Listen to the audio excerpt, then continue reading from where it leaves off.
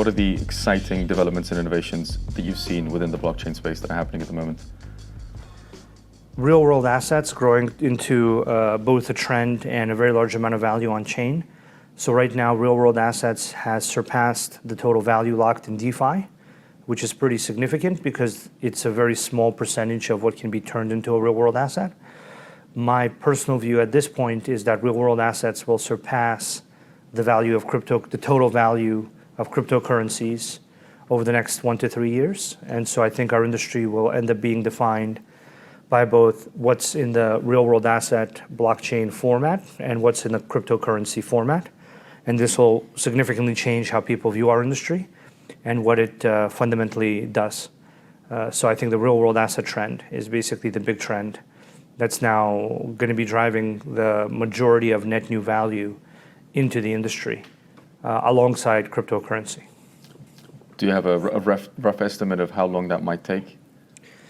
I think it'll take one to 3 years. I think a lot of it is going to be driven by the traditional financial world, putting their users' value into real-world assets. So the big shift here is from tokens about cryptocurrencies made on public blockchains to real-world assets, some of which are also generated on public blockchains, but a lot of which I think will be generated on various private chains and start interoperating with public chains. BlackRock and BUIDL are a good example of this. That would be considered a real-world asset. So this trend is pretty heavily accelerating now.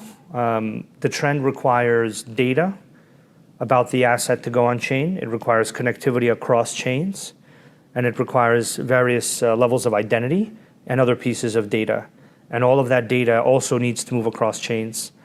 So the other key point of the presentation I gave before, and I've been giving over the last few months, is that you really need a single set of standards that are useful for defining how data works for real-world assets, defining how they move across chains in a secure way, defining how identity relates to real-world asset transactions, and all other really parts of the real-world asset transaction.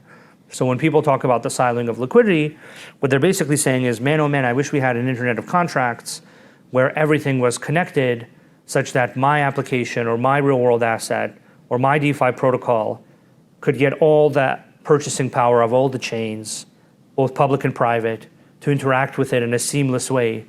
Kind of like how on the internet over TCP/IP, everyone on the internet can access my application, and they don't have to worry about, what operating system they're on, or what database they use, or what type of phone they have. They can just all access my application because my application communicates with everything over a single protocol. That's basically what the Chainlink protocol is meant to be, and that's kind of also why it's called Chainlink.